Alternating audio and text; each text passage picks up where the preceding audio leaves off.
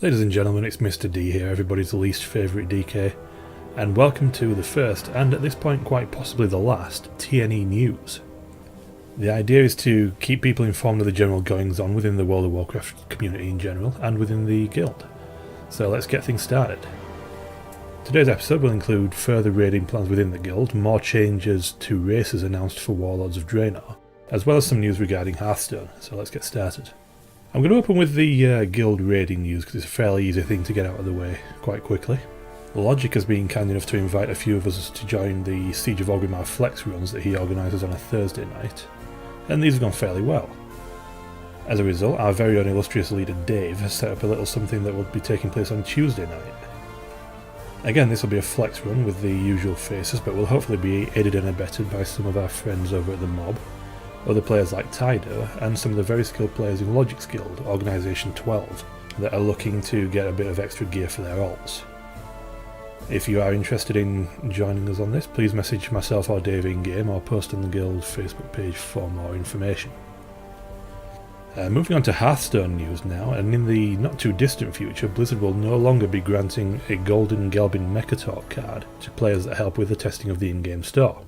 Why are they doing this, you might ask? Well, this week, Blizzard have announced that we are nearing the end of the beta phase. Let's all have a bit of a cheer.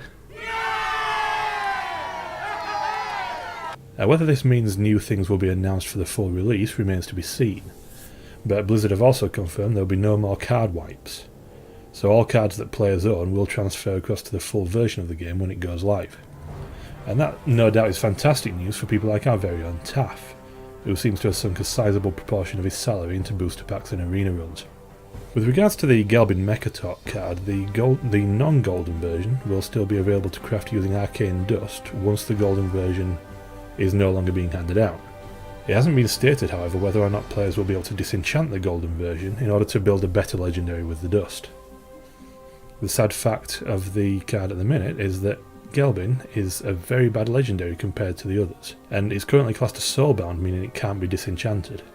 A fact which is doubly annoying when you consider that golden legendaries are worth 800 dust, which puts you more than half the way towards being able to craft something ridiculously more useful like Ragnaros, for example. No announcements have been made yet as to confirm whether or not it will be disenchantable whether the full game goes live. I will keep you updated on that as I find out more information. If you aren't involved in the Hearthstone beta but you do want to be, there are no excuses because we're in open beta now and the game is free to play. Get yourself over to battle.net, download the client and get playing. The Golden Gelbin Mechatalk can be yours for as low as £1.49 if you purchase an arena run, or £1.99 if you buy 2 booster packs. And there are plenty of players within the guild who will be happy to play practice games against you, give you tips and advice, so don't be afraid to join in the TeamSpeak channel and get chatting to people about it.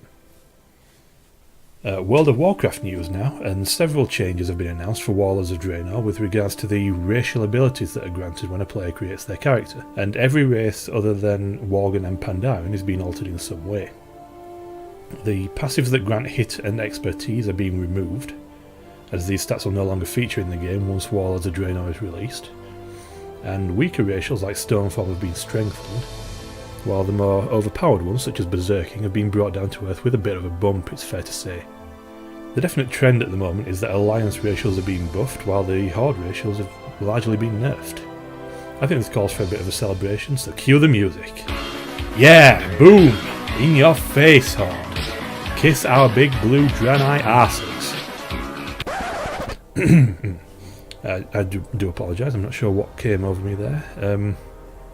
Now that I've regained my composure somewhat, I will talk you through the changes a little bit. Alliance first, and as far as Draenei are concerned, Heroic Presence has been redesigned. It no longer increases hit by 1%. It will instead increase strength, agility and intellect, scaling with character level. And their other racial, Gift of the Naru, heals for the same amount but over 5 seconds instead of 15, so the effect is more instantaneous rather than prolonged. As far as Dwarfs go, Crackshot has been removed. This was 1% expertise with ranged weapons. And Mace Specialisation, 1% expertise with maces, has also been replaced with Might of the Mountain. And Might of the Mountain is a new racial passive ability that increases critical strike bonus damage and healing dealt by 2%. Stoneform will also now remove magic and curse effects, in addition to poison, disease and bleed effects, and reducing damage taken by 10% for 8 seconds. Now this will also remain usable while crowd controlled and or stunned, which is very handy indeed. Onto the gnomes now. An expansive mind now increases mana, energy, rage or runic power by 5% instead of only maximum mana. Escape artist cooldown has been reduced to 1 minute, down from 90 seconds. Short blade specialisation, which was 1% expertise with one-handed swords and daggers, has been replaced with nimble fingers. Nimble fingers is a new racial passive ability that increases haste by 1%. As far as humans are concerned, mace specialisation and sword specialisation have both been removed. This was 1% expertise with maces and swords respectively. And the human spirit has been redesigned. It no longer increases spirit by 3%, but it will instead increase 2 secondary stats by an amount scaling with your character's level, and you can choose which secondary stats it increases. Now I'm guessing this will probably take effect when you create your character, and I'm not sure whether you'll be able to change these stats. So the usefulness of this is being called into question already. And Night Elves, quickness will also increase movement speed by 2%, in addition to the 2% increase in dodge chance. And Touch of Elune is a new passive ability which will grant 1% increased haste at night, and 1% increased critical strike chance during the day. It seems a little bit odd, in fairness. Blood Elves now, we're moving on to the Horde. Blood Elves, Arcane Acuity is a new racial passive that increases critical strike chance by 1%. Arcane Torrent will now restore 20 runic power for Death Knights, up from 15. 1 holy power for paladins, or 3% of maximum mana for mage, priest and warlock, up from 2%. Other aspects of the ability will remain unchanged. Goblins, time is money now increases haste by 1%, instead of just spell haste and attack speed. As far as the orcs go, they've got the bum deal at the moment. Axe specialisation has been removed, was 1% expertise with axes. And hardiness now reduces the duration of stun effects by 10%, down from 15%.